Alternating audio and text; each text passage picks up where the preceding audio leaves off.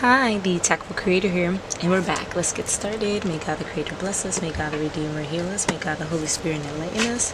Give us eyes to see, ears to hear, and hands to do the work of God. Feet to walk the path of justice, and mouths to preach the good news. May the angel peace, prosperity, love, abundance, guidance, grace watch over us and lead us to the reign of God. Ashe. Okay, so nothing in that pile here for Virgos. Let's see. Ooh, okay, and that's because this must be your pile. Those cards wanted to come out, so let's see if they're going to come out. And they did. Owl symbolism. No, I left the owl. There's a lot of wisdom here, huh? Wow, look at that. Don't you love how the divine just works? It's amazing.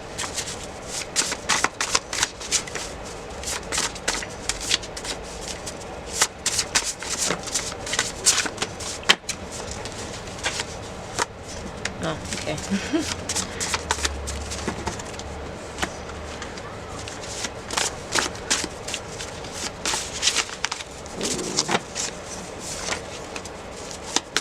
It's flippers. Where did I do? Not playing games. Okay. Oh, but that's good.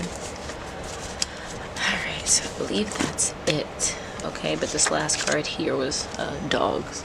If you want to take a gander. Okay. So let's see what we have here for our Virgos.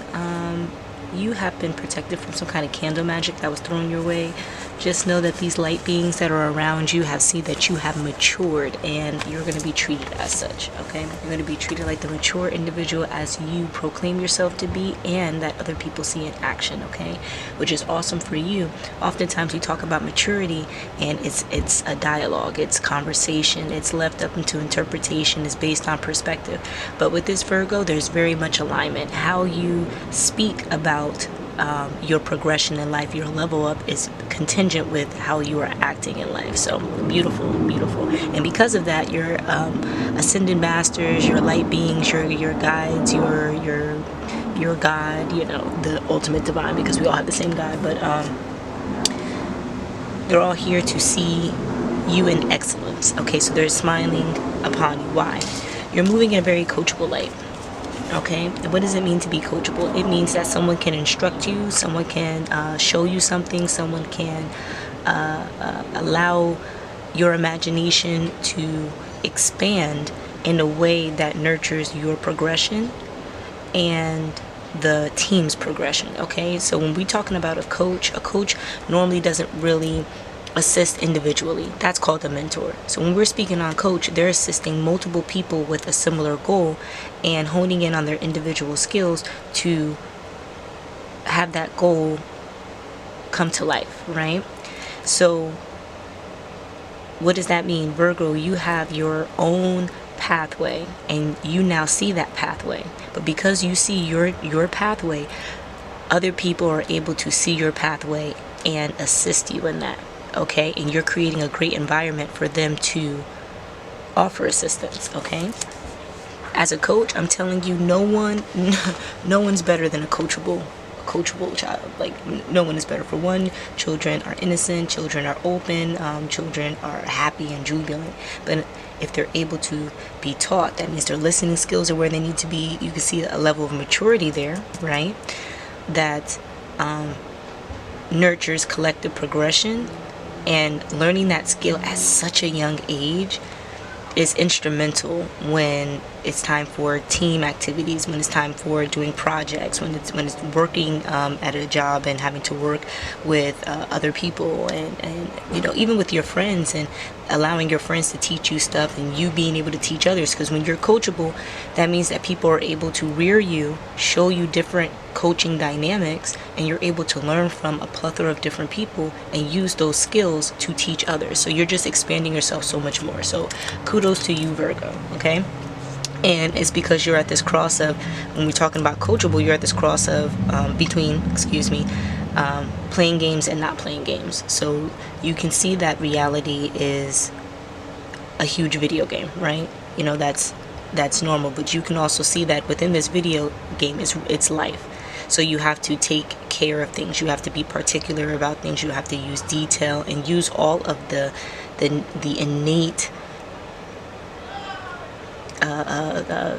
traits of a Virgo, you're able to use that and illuminate it in your life now to stay clear of things that cross your boundaries, but then also push the envelope a little bit because you want to expand yourself. Okay, you're moving in a very Capricorn light, because we saw this Capricorn drop out. And what do we mean by Capricorn? Usually we're talking about the bigger picture. We're talking about when we're in tarot, we're talking about the devil. We're talking about and we're not even talking about it in a negative sense. Like, what is the devil symbolic of harsh lessons, right? You can either learn your lessons in a graceful way, and that's with the divine, or you can learn your lessons in a harsh way, and that's usually with karma and, you know, chaos and all this other stuff. Okay, so neither way is more right than the other, because you need the other to balance it. It's just how you look at it. So the Capricorn here is the bigger picture, that even if chaos needs to happen for something to move in the best light, it's going to happen. Well, here you're getting a bird's eye view, right? You're not so much as the facilitator of what's happening. You're more so the spectator, and you're the spectator from a supervisory role, not necessarily from like the audience. Okay, so with you being a supervisor here, you know the trade, you know the skill, you know what needs to be done. Now you're surveying. Whereas as in the audience, you're kind of aloof. You're kind of like open. You don't really know what's going on. You're supposed to have a sense of confusion so that you are more interested in what you're observing. Whereas here, your interest is set in stone because it's a part of your purpose. It's a part of your path, right?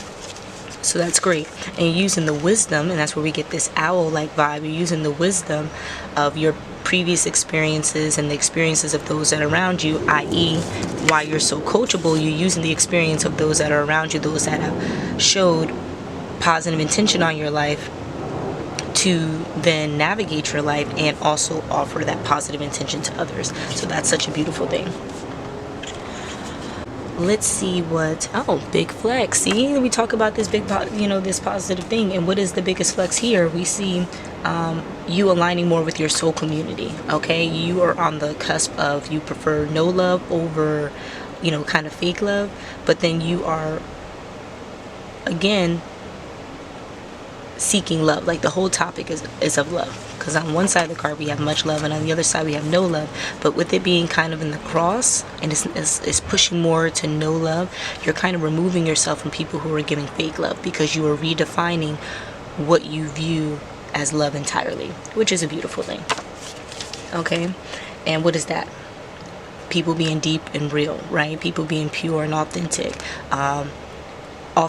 offering a sense of genuinity opposed to colloquialisms. What do I mean by that? If a little kid trips and fall, right? You see everyone else around you giggle. Socially, you're expected to giggle too, but you're an empath, right? And you feel what that kid is feeling. So instead of you socially, fitting in, you kind of resolve that you're going to move based on your empathic abilities, because that is most genuine to you. And what do you do with that? You assist the person, the little kid that fell. You make sure that they're okay, and then you realize that your mood is shifted based on how much nurturing and care that's happening in the situation, opposed to how much you fit in, right? And so that's where this deep, authentic, real, and pure communion is really coming from.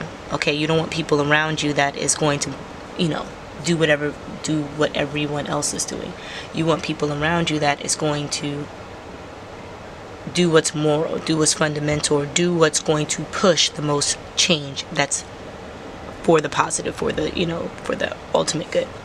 Okay, and you're at a cross where you really don't care if it's expensive, you don't care if it's costly, you care if it's right.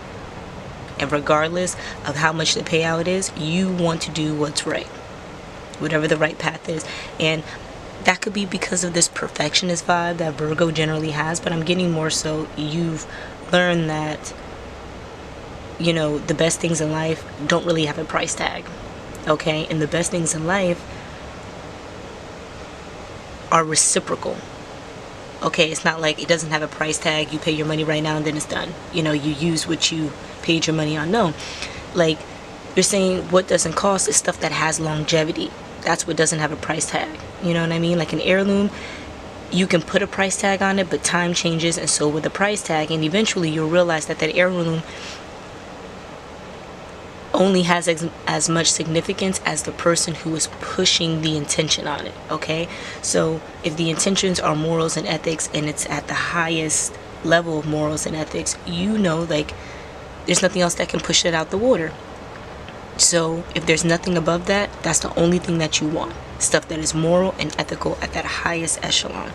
And if so, who cares what the cost is? Because money and material is low vibrational. It's not at that high echelon. Okay, so that's great. Like, you're no longer recycling bad experiences. Okay, you're no longer fixated on personality flaws of you and those around you. Like, at this point, you see it more as hints and clues to where your dynamic is shifting. Okay, so let's say you see someone around you that is impaired. Well, maybe that is, you know, foreshadowing some kind of impairment. Not that it's happening with you, but the impairment is happening with someone around you. So you are tasked with observing from that experience standpoint that we were talking about over here. You are tasked with observing and learning from the person who is aiding, the person who is supporting, who is nurturing and caring, because there may be a situation, and it may not be a long situation, maybe just very short, or, you know, whatever the case is, where you will have to assume that role. Okay, so just like a video game, if this is the tutorial and it's optional, you really don't have to take in the tutorial, but you're going to be, you know, in this kind of battle. Why not take the tutorial and flourish? You get what I'm saying? Or, you know, at least have some kind of foundation to build off of. You know, no one likes to run into battle blind. So that's kind of what we're here to say. And I apologize if you know, you do have a visual impairment. You know, it caught up to me as I was saying it. So, but it needed to be said. Awareness, it needs to be said. Okay. So let's see what else we have here. Oh, there's some kind of home lengthy message in Cloak in the 5D. Yeah, I think this is kind of about me, because this is the backyard beat, and there's quite a bit of people home today. Yay! But there's some kind of spinelessness with a beverage menu. This could be like alcoholic drinking. I'm getting like fruity drinks. Okay, so there's a spinelessness. Maybe someone was acting spineless, and so they had to go out for a drink, right? But why are they acting in this way, or why are they needing this kind of stimulant? It's because they feel some kind of energy that is foreign to them. They're in the midst of a transition and ascension. What is all this stumbling on my words? Sheesh.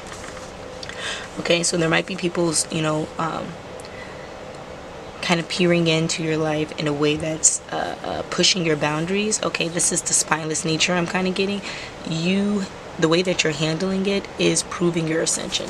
Okay, it's very regal, but regal and laid back. Regal in a kind of observant way, right? There's some kind of girl teen, or someone that's acting in a very girl teen light.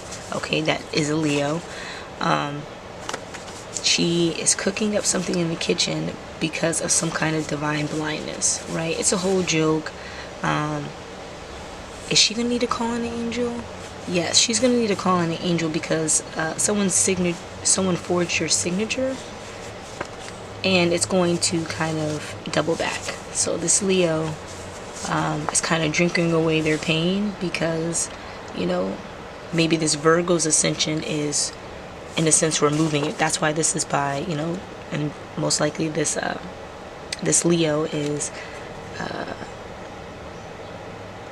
in the upright in some regard, and so they speak in a very proper way, right? They put on a very meek persona, when in actuality, you know, they're just spineless, the overall spineless, right?